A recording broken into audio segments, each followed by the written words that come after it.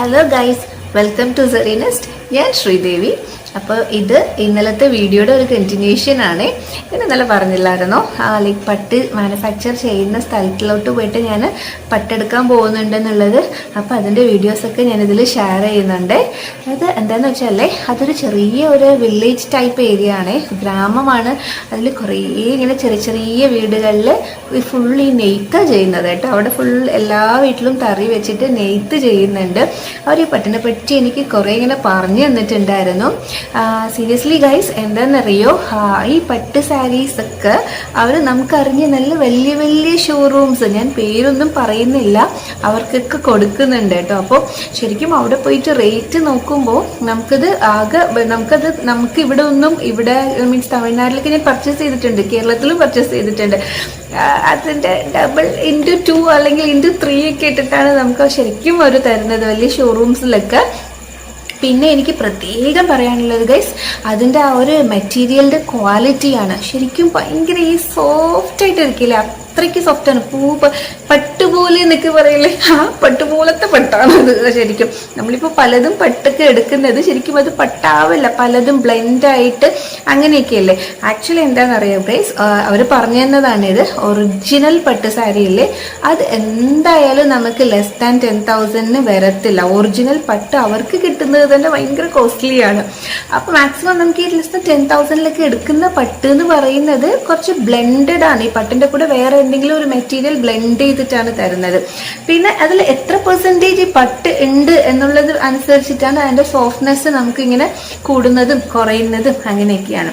ഇപ്പം ഞാൻ കണ്ടപ്പോൾ പല ഡിസൈൻസും നമുക്ക് മാർക്കറ്റിൽ ഭയങ്കര ചീപ്പർ റേറ്റിൽ അവൈലബിൾ ആണ്. ഞാൻ അതിൽ കണ്ടിട്ട് എനിക്ക് നല്ല ഇഷ്ടപ്പെട്ട ഒരു ബ്രൊക്കേഡ് മെറ്റീരിയലൊക്കെ ഉണ്ട്. ഞാൻ എനിക്കത് കാണിച്ചു തരാം. എന്തായാലും പ്രോഡക്റ്റ് എനിക്ക് നിങ്ങളെടുത്ത് കാണിക്കണമല്ലോ.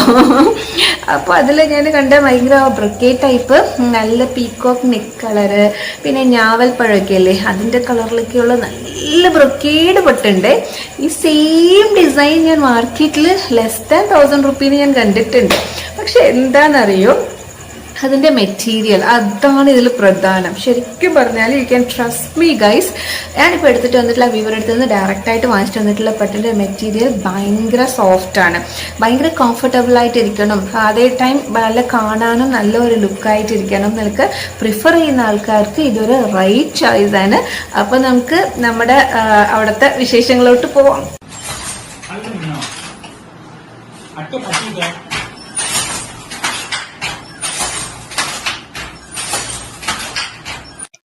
പല മണിക്കൂറുകൾ നീണ്ടു നിൽക്കുന്ന ഇവരുടെ കഠിന അധ്വാനത്തിലാണ് ഗൈസ് നമുക്ക് ഒരു പട്ട് സാരി റെഡിയാവുന്നത്. പിന്നെ അല്ലേ, ഈ പട്ട് മെയിൻറ്റെയിൻ ചെയ്യുന്ന ടിപ്പ് ഒന്ന് ഞാൻ പറഞ്ഞു തരട്ടെ.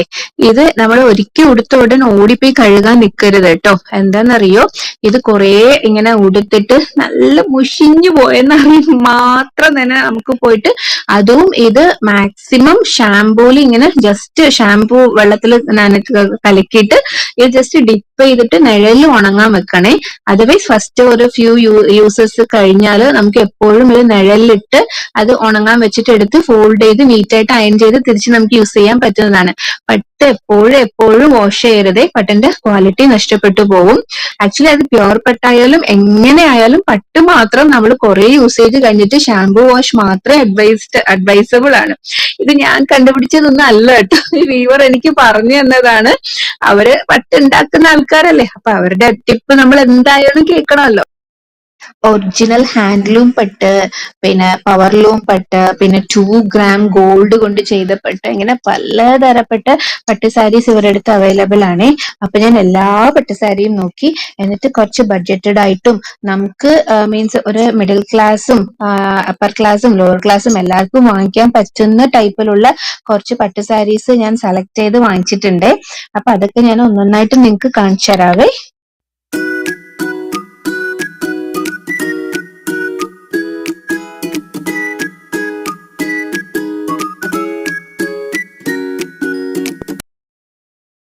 ഇപ്പൊ കാണുന്ന ഈ പട്ടുകളൊക്കെ ഞാൻ പർച്ചേസ് ചെയ്തതാണ്.